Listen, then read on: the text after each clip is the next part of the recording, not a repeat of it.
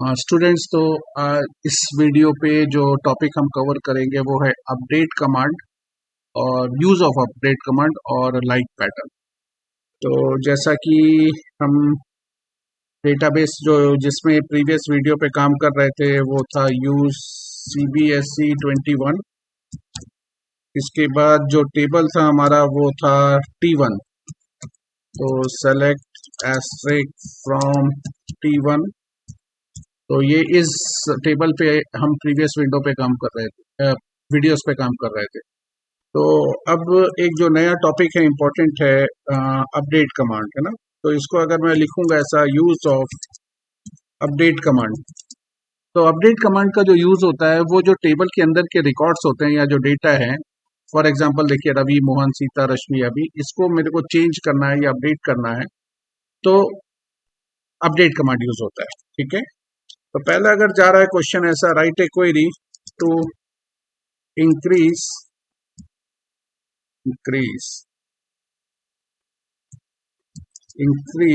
The salary of all the employees।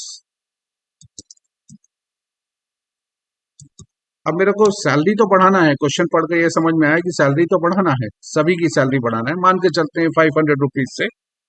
पर ये clear नहीं हो रहा है कि किसकी सैलरी बढ़ाना है, क्योंकि ये क्वेश्चन में मेंशन नहीं है। बोलता है इंक्रीज कर दो सैलरी को सभी एम्प्लॉयज की 500 रुपीज से, है ना। तो कोई स्पेसिफिक कंडीशन तो मेरे को यहाँ पर सेटिस्फाई नहीं करना। तो इसका कमांड होता है अपडेट। ठीक है, अपडेट वापस आपको समझा रहा हूं, अपडेट टेबल T1 लिखने की जरूरत नहीं है, ध्यान दीजिएगा इस चीज को। अपडेट T1 सेट करिए। किसको सेट करिए? सैलरी को। कैसे सेट करेंगे? जो पुरानी सैलरी है इसमें ऐड करेंगे कितना? 500 रुपीज। ठीक, अब यहाँ सेमीकोलन लगा दीजिए। तो देखिए update T1 set salary is equal to salary plus 500। इसका ये मतलब होता है कि जो पुरानी सैलरी है उस पे 500 रुपए जोड़ने के बाद जो अमाउंट मिलेगा वो हमारी नई सैलरी है। तो यहाँ पर देखिए रोज मैच 5 चेंज्ड, मतलब सभी की वैल्यू 500 से बढ़ गई। यहाँ पर देखिएगा जो अभी अभी प्रेजेंट सैलरी है, फॉर एग्जांपल अभी 4000 रुपीज है, तो उसकी सैलरी 4500 हो जाना चाहिए, और वाइस अकॉर्डिंगली सभी की सैलरी चेंज होगी। करके देख लेते हैं। Select asterisk from T1। यहाँ पर देखते हैं सबकी सैलरी, देखिए सबकी सैलरी बढ़ गई। ओके, तो उसी प्रकार से अगर क्वेश्चन ऐसा आ गया कि किसी की सैलरी मेरे को अपडेट करना है, update T1 set salary is equal to,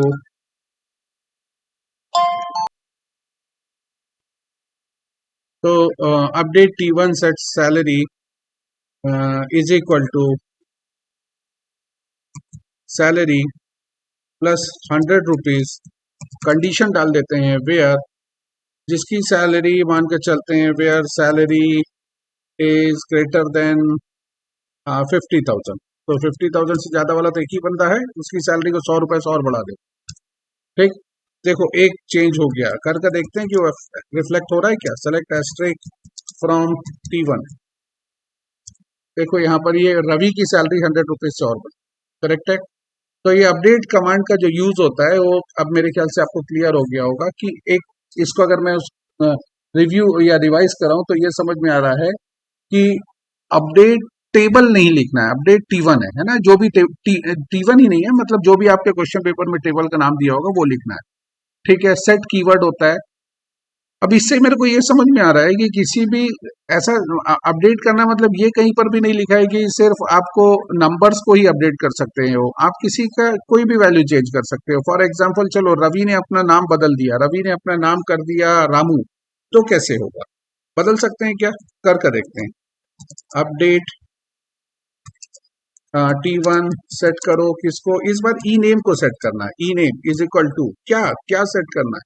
Ramu ना, तो रामू है इसीलिए सिंगल कोट्स में है, राइट। ये रामू हो गया। किसका? सबका नाम रामू करना है क्या? नहीं, कंडीशन है वेयर क्या, जो पुराना नाम है वो क्या होना चाहिए? वो रवि होना चाहिए। करेक्ट है, और हो गया। अब इसको देखते हैं कि वो रिफ्लेक्ट कर रहा है क्या, चेंज हुआ कि नहीं। Select asterisk from T1। तो ये यहाँ पर देखो जो रवि था वो बदल कर हो गया राहुल, राइट। मेरे ख्याल से ये टॉपिक आपको एकदम क्लियर हो गया होगा।